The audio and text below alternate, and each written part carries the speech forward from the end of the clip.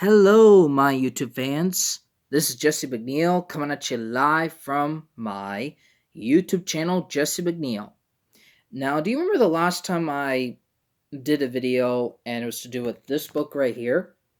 Well, we are going to start with part one of this series. So, this is called the Kids Question and Answers book. Now, um, we are going to find out questions and answers about birds. Now, you may not know about birds very well, or you may have, but there are questions and answers about them. And so I will turn the page to find them. Okay, so these are the birds right here. It's funny because, because basically the birds are on, a line. And there's a puffin right there. I like puffins. They're really cool. I like them. Okay, so here's the first question. How do birds know when to start migrating? Okay, so pay attention to this one. Many birds start to head south before the weather gets really cold. And believe me, it's kind of getting cold here, this time of fall season. But how do they know winter is coming? It's not simply a question of dwindling food supplies. That's true. Could it be that they tell the season is about to change by noticing the shortening fall days? Could be. Scientists have experimented with wild birds in large cages, gradually shortening the days by turning off electric lights. So, the light that I have on right now, that's run by electricity.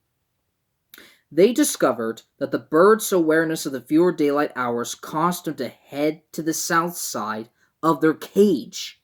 That's crazy. It was as if they're trying to begin their migration. And why do birds migrate? The fact that some birds do not migrate gives us an important clue. Birds whose food supplies are not destroyed by cold or covered by snow, such as many woodpeckers or chickadees, which eat larvae, or eggs that are on or on tree trunks. Need to migrate because they can find food even during the long winter months. But birds that depend on grain, shoots, insects, and other foods that cannot be found in winter have to migrate or starve. And that's not really good when birds starve to death because, they die.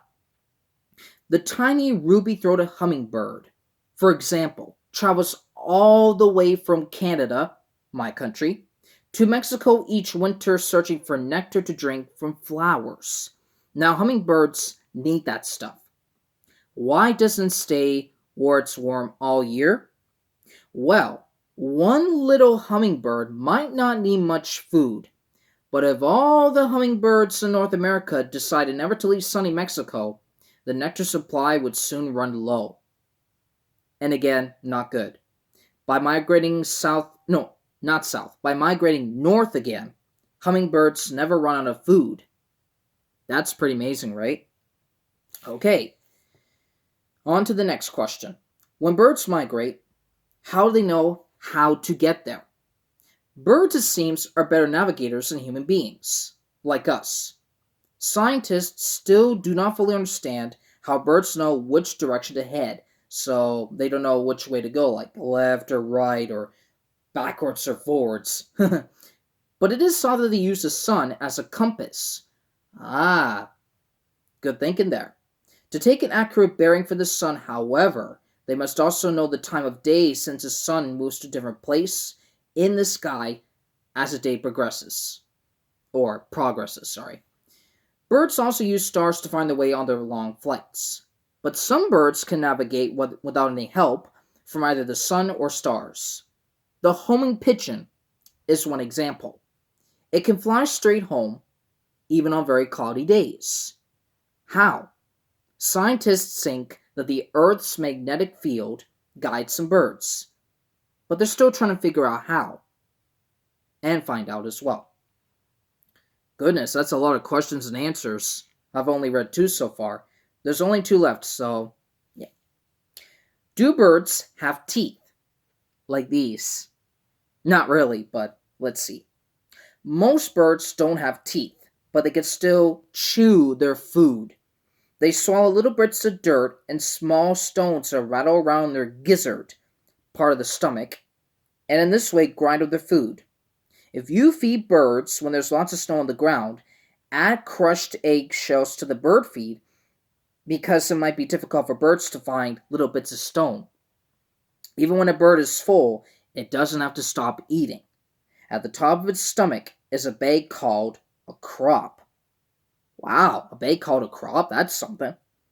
When the gizzard is full, extra food is stored in the crop. If a bird wants to enjoy a meal in safety and in leisure, it will often fill its crop and digest the food later. So it's like squirrels and chipmunks. They save the food for later. Good thinking, birds. A+. How can birds fly? How do they fly? And how can they? If you ever held a bird in your hand, you know that it has a very light body, like a feather. This is because it has hollow bones and air sacs near its lungs. A bird also has very strong wing muscles. I did not know that, but I do now. Put all these features together, and you've got an incredible flying machine. As the bird's wings flap down, the long outer feathers close and push against the air, lifting the bird up, while the feathers on the wingtip pull the bird forward. As the bird's wing goes up, the long outer feathers open so that the air can pass between them, while the wingtip feathers push back against the air to keep the bird moving ahead.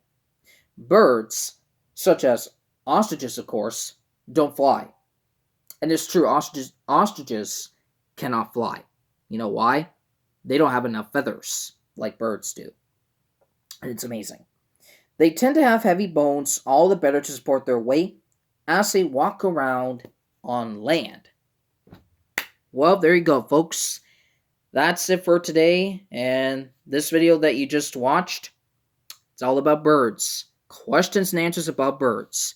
If you like this video so much, smash the like button, comment down below, and subscribe to my YouTube channel. I will see you guys later. I might do some more, video series of the Kids Question and Answer book. And that's pretty much it. So, see you guys later. Bye-bye for now. And have a great, what's today? Oh, Wednesday. Have a great Wednesday, folks. See ya.